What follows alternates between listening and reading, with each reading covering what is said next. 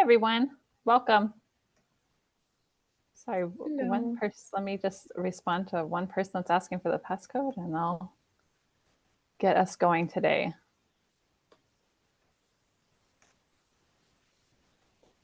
Well, thanks for joining us today, and we'll go ahead and get started. And we'll make sure that we leave some room at the end for any questions or discussion. And just since I've had a chance to talk to several of you outside of here, just curious if you have each gotten an encourage or discourage response from your original concept paper. Happy to have that in a private chat if you want to, but feel free to share with us, and we're happy to support you in your next step here, which is preparing a full application. So feel free to reach out and let us know where you're at in that process and how we can help you. So with that, I'll just kind of dive in and get started. My name is Amanda Buchanan. I'm a program manager with the University of Arizona Center for Innovation, UACI for short. And UACI is a power connector in the American-made network, which is a partnership with the U.S. Department of Energy and the National Renewable Energy Laboratory. We have been privileged to serve as a power connector for almost 5 years now. And just a little bit more about UACI in general, we are a traditional science and technology incubator that serves science and technology startups. And we are located in Tucson, Arizona, and we are also home to the Solar Zone, which is a large testing and demonstration site for solar. And we have this demonstration site in partnership with our local utility, Tucson Electric Power. And so it's a great opportunity to work with solar innovators such as yourself in advancing their innovation. Next slide, Sonia.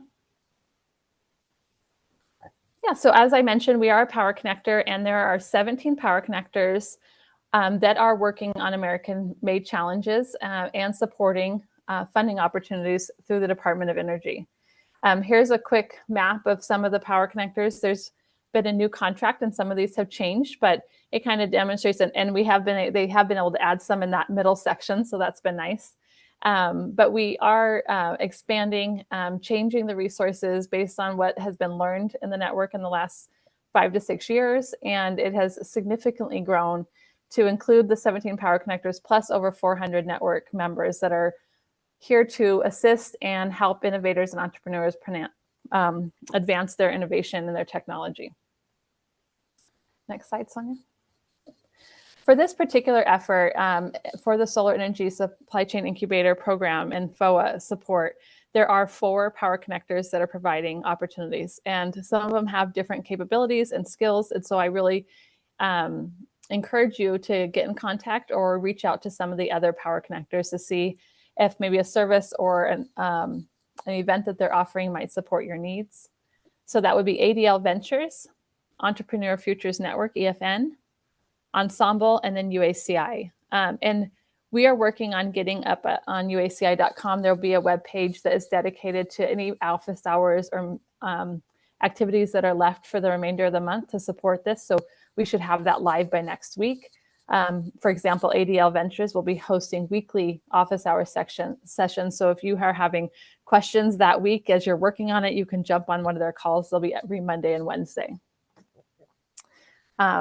And they really support the technical side of things, as well as EFN helps dive into the budget side. So if you find yourself in some need as you're working on that, please let us know, or you can jump on one of those office hours. So really, the expert and star of today is Sonia Vohnout, who is a subject matter expert with UACI, focused in funding strategies, and an expert in SBIR, SETO program and government funding. And she's been leading the effort for UACI for the last few years on supporting funding opportunities, specifically in solar and water topics. And so I'm going to turn it over to Sonia now, who is going to guide the rest of today. Unmute me. Hi, how are you? I think I recognize a couple names, so welcome. There's a lot of information today to cover, and so I'll go as quickly and slowly as I can, but thank you, Amanda, for the introduction. And yes, I support the small businesses with their commercialization strategies. And I'm also one of the subject matter experts for the UACI, supporting the startups going after non-diluted funding, such as this one. So for today, although many of you guys should already be very familiar with the FOA, we'll go through it quite quickly. And we will also go through the application and submission requirements. We've gone through them in the past webinars, but in this one, we'll go more into detail about the requirements for the technical volume. And then we're going to go through the review criteria so that you know that how you're going to be rated and ranked and scored. And then some Q&A. Okay, so you know the concept paper was due in July 19. So you're probably here, as Amanda mentioned earlier, because your concept paper was reviewed and probably you've been encouraged to continue. And if that was the case, please let us know or otherwise. So the full application is coming up in about a month. So by now, hopefully you're on route to and have sufficient material to work on and write a strong, powerful application. So the ERE is going to be the one performing the initial eligibility review of your proposal. As you know, all the applications have to be submitted through the ERE exchange.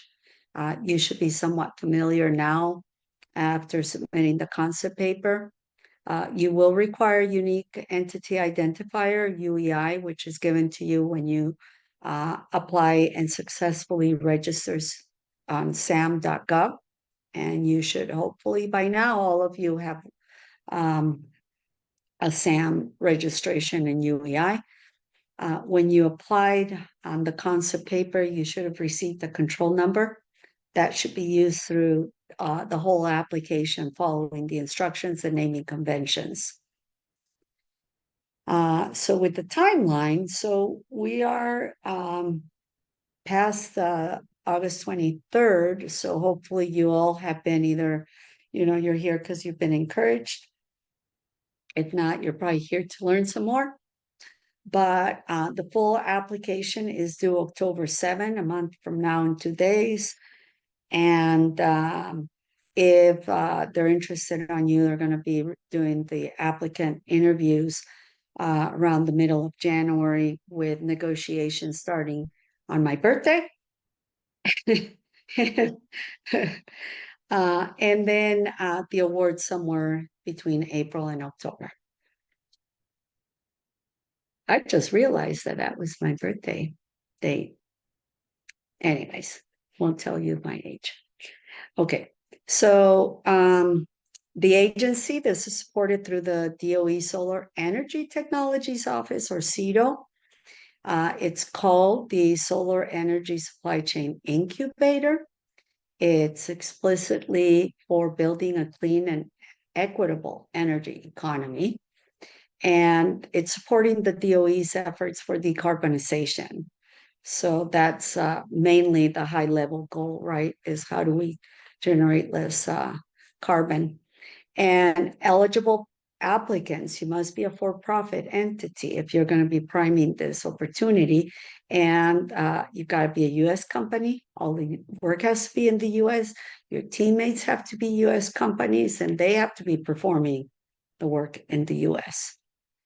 If one or more of those statements are not true, hopefully by now you've gotten a waiver.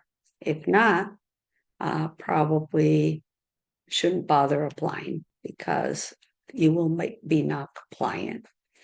The DOE is also compiling, they probably already have a complete teaming list.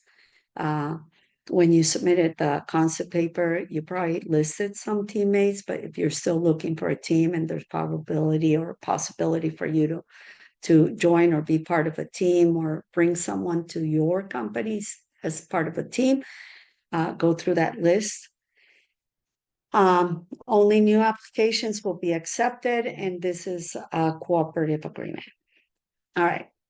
So teaming partner list is found on the ERE exchange, and you can partner with entities of this form: academia, national laboratories, other companies, supply chain partners, equipment developers, or other universities, including the diversity universities or disadvantaged ones. Make sure that any of these partners are also US, okay, companies or entities. And like I mentioned, you'll find this on the ERE exchange.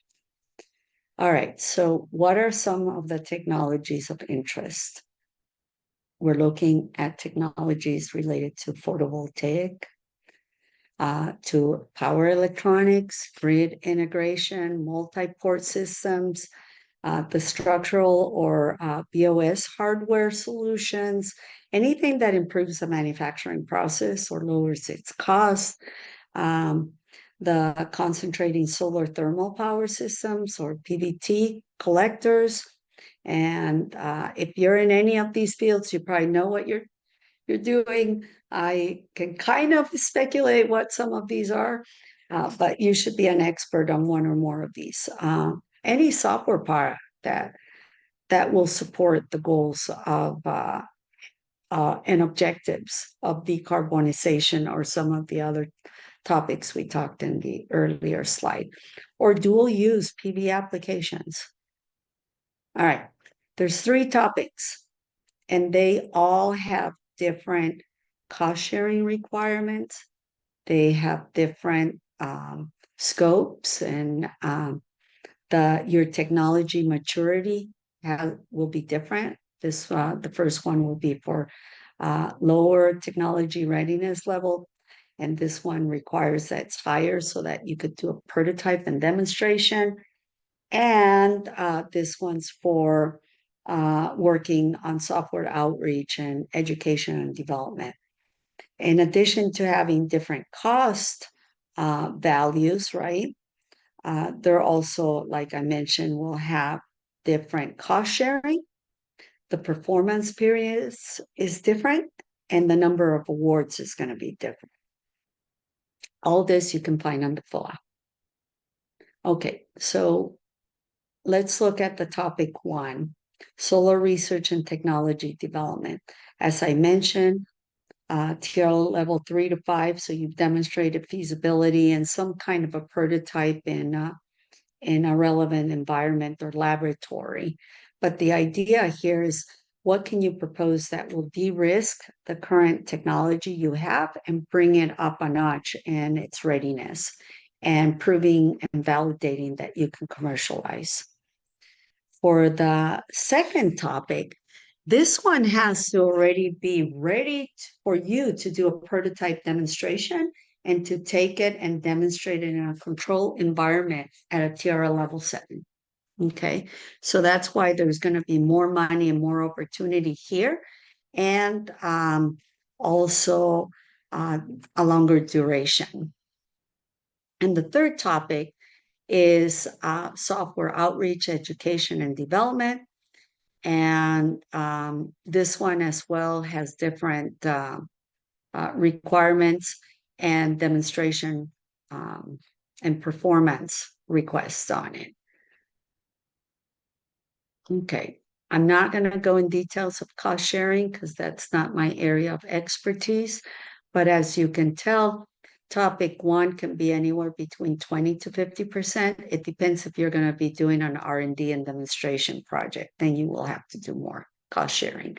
And then topic 2 has more cost share, it's 50%. And topic area 3 is just 20%. Okay. We've beaten the domestic entity quite a bit, so you've got to be domestic.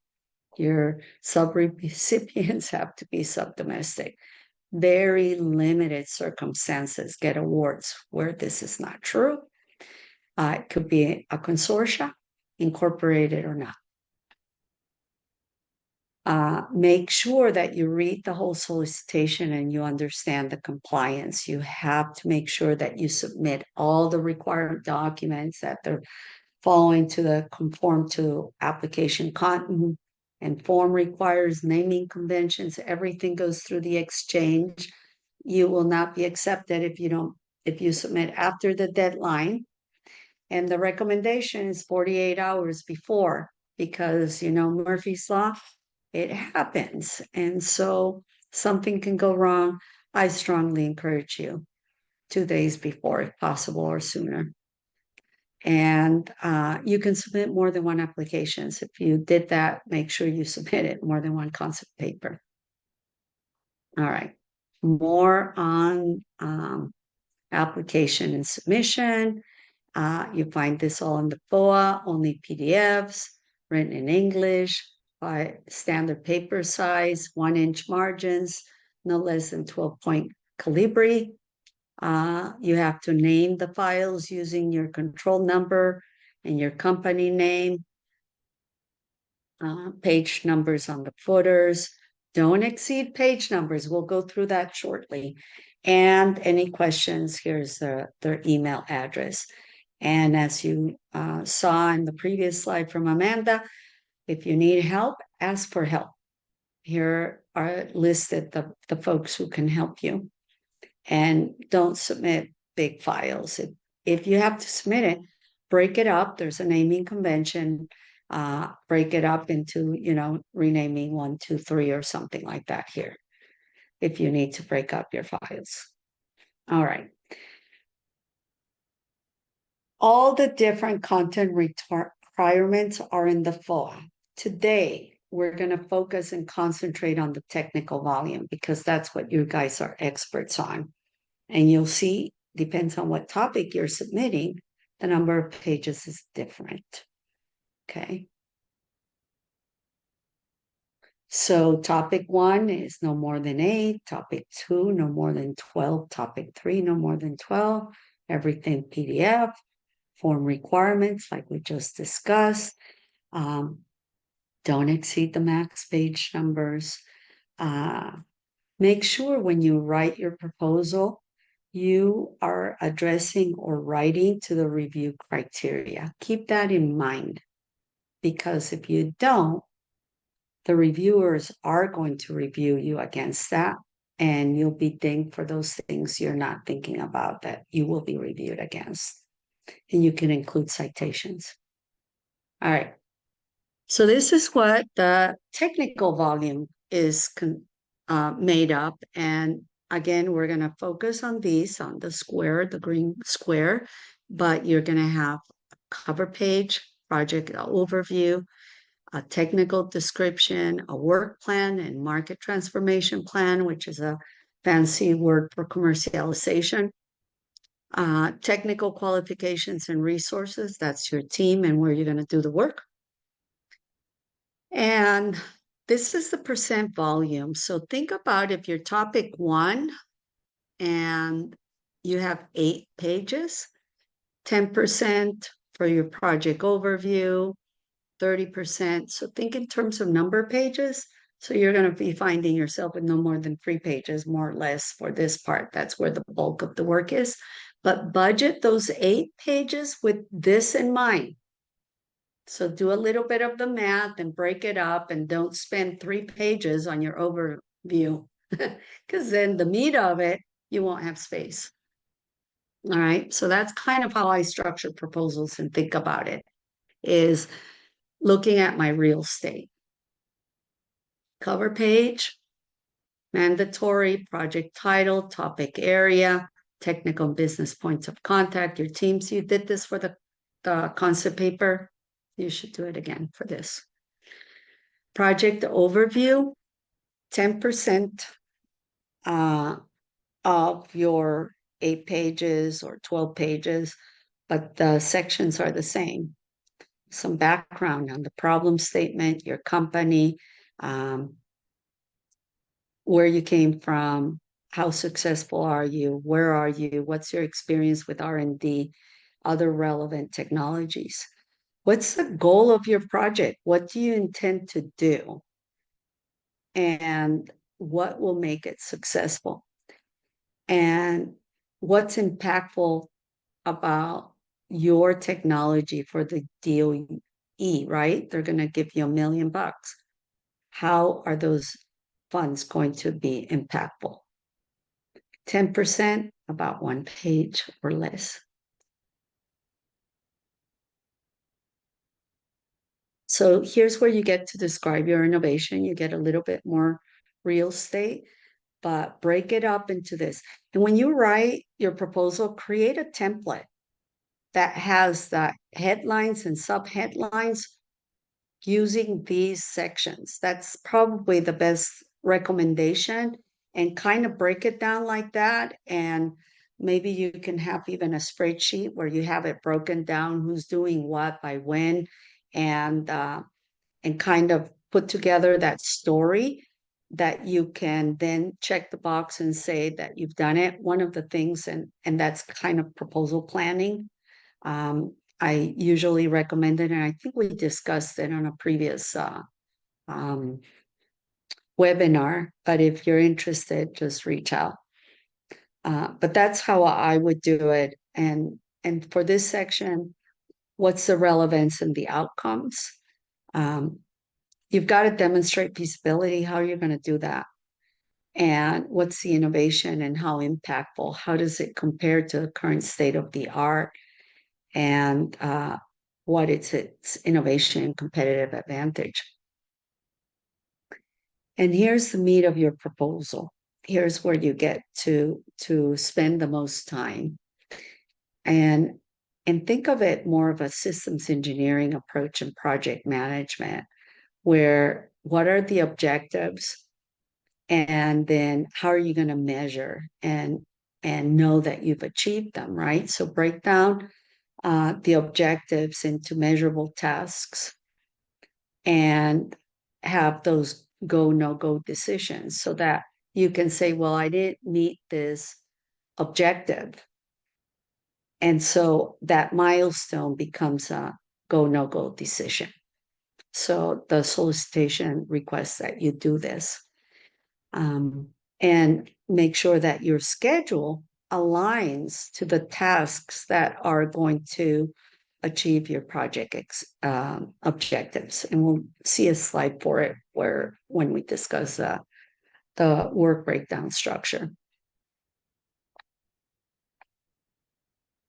So in your work breakdown structure, or WBS, you're going to describe how you're going to do what you're going to do, how you're going to accomplish the work, how you're going to achieve those milestones, and how you're going to accomplish those final project goals, and what are the deliverables. And structure it like a hierarchy. And this is where like the systems engineering approach comes in, because your measurable milestones and objectives translate into tasks that then you can execute and check the box that you actually successfully completed that task and subtasks. So it becomes hierarchical. And this is typically what it looks like, right? You will have either phases or objectives, which translates into major deliverables. And then each of these, how are you going to do it, becomes your tasks. And then from them, you could create a milestone summary. And then, of course, for each of these milestones, how are you going to demonstrate that they're specific, measurable, achievable, relevant, and timely? They must be verifiable as well. How do you keep track that you actually completed something successfully?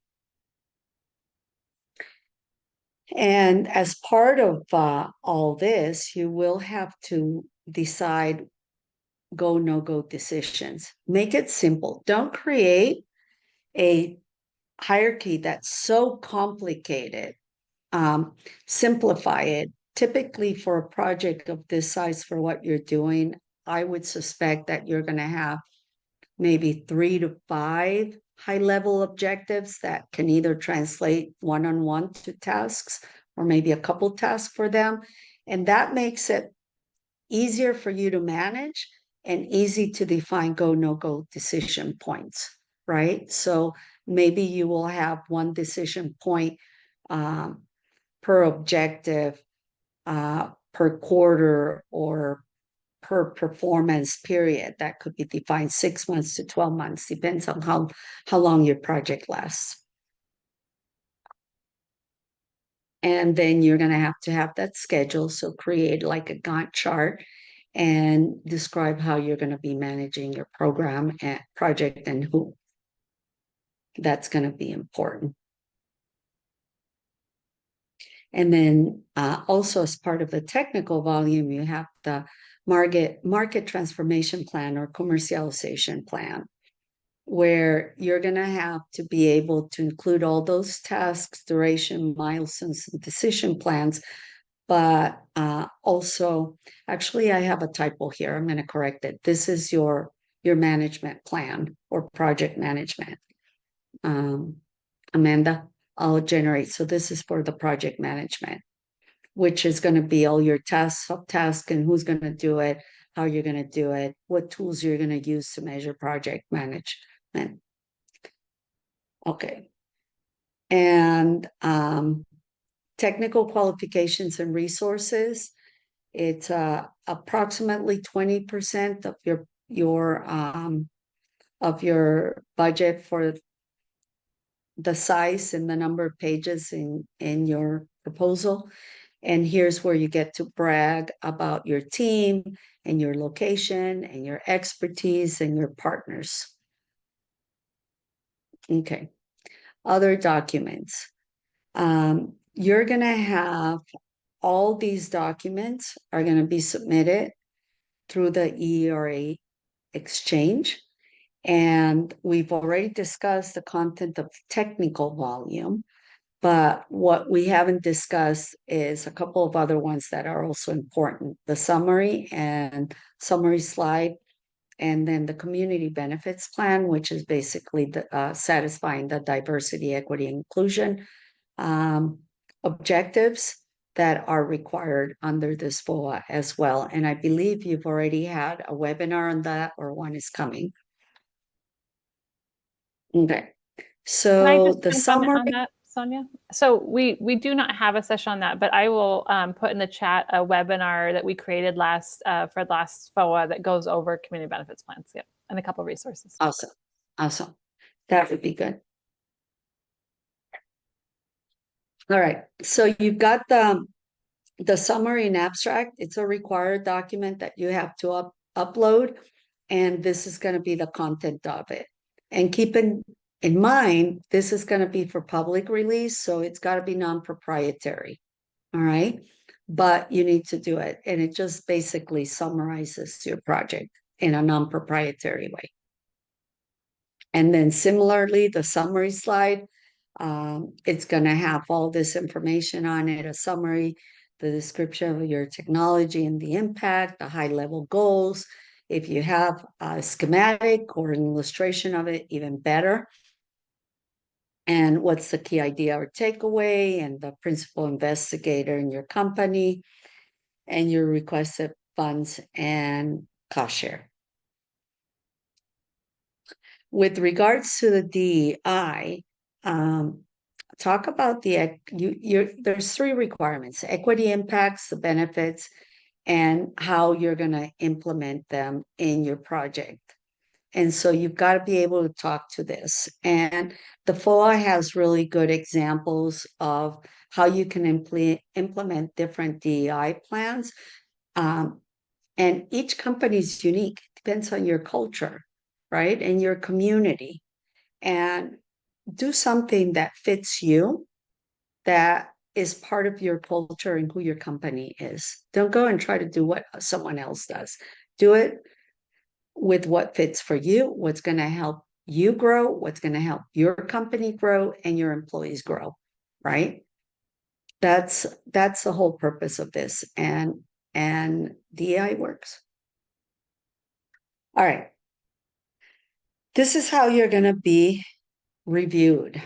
And this is a technical review criteria. And the percent of each of these varies by topic, right? And so 40%, for instance, I'm not going to go through all of this, but the four criteria is that technical merit and innovation and impact, project research and market transformation, team and resources, diversity, equity, and inclusion.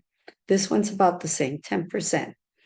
The score will go towards that, but depends on what topic and it's related to what you're doing. Here, you're going to be doing more research. So that's why, and there's more risk. So that's why this is ranked higher.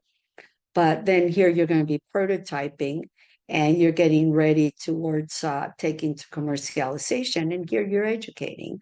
So keep this in mind when you're writing your proposal, that these are 4 areas that you can't miss. And so when you're talking about the technical merit and your innovation and impact, so how does that advance the current state of the technology, right? You're not going to be doing something that's not going to make the current situation better. So keep that in mind. How are you going to be better? How are you going to advance it? What are your advantages? And make sure that you provide sufficient technical detail, because one of the things that I see the most is that there is not sufficient technical detail to back up your claims. So you assume that the reviewers understand your technology just as much as you, which is not necessarily the case. So give enough technical background and detail that is sufficient to someone who's reviewing your proposal. Say, aha, I understand. I get it. This makes sense. Right? And then how impactful is this? Is another area that people just underestimate, and they just start saying, I'm going to be better, cheaper, faster. Well, quantify it, because everybody can come and make a claim that you're going to be better, but how much better and why? How much are you going to reduce the carbon footprint? How much are you going to reduce in cost? Is it going to be a supply chain issue where you're going to be able to manufacture and produce everything here at a much faster rate with less costs? So keep that in mind. Then the other section is going to be your research and your commercialization. And so what's that approach? What's your work plan? Does it make sense? Right? Does it make sense? Doesn't have to be perfect, just has to make sense. And make sure you understand what are your technical risks. You outline them and you explain how you're going to mitigate them. And then have stuff that you can baseline, where this is how we started. This is our goal, a measurable goal.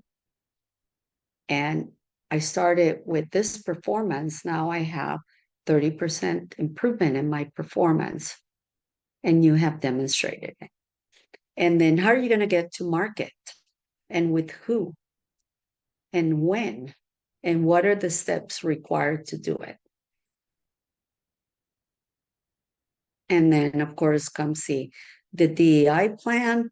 Are you defining something that makes sense, again, for your company and in a manner that you can implement it and sustain it, right?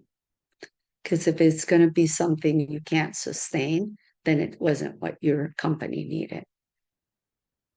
And how are you serving the underserved communities? With regards to the evaluation and selection process, there's multiple phases. The eligibility and the technical. There's going to be pre-selection interviews. So you saw on the schedule when they will start happening. And they're going to be interviewing those potential awardees. And where they're going to happen and when is still TBD. And the expenses will not be reimbursed to you if you have to travel. So keep that in mind. And then ERE reserves the right to make selections without pre-selection interviews. Just if you weren't requested to have an interview, that doesn't mean that you're not going to win. The interviews are typically to clarify things that weren't really clear in the proposal. So, planning for your submission. We talked about your team. Make sure your team is qualified, all in the US folks. And we talked a little bit about a proposal plan, so you know what you're doing, who's doing it, by when. Make sure you incorporate a couple of reviews. Some companies call them pink and red reviews. I like to have at least 2 reviews, have an outline, and use that to create the outline for your proposal. We've already completed the concept paper, but a lot of folks forget that there's either going to be a letter of intent or a concept paper and they don't budget for it, or they miss the fact that they had to do it. And then you can have some weekly reviews. It just depends on the timeline. You've only got 1 month, so I suggest you probably start having weekly reviews with your team.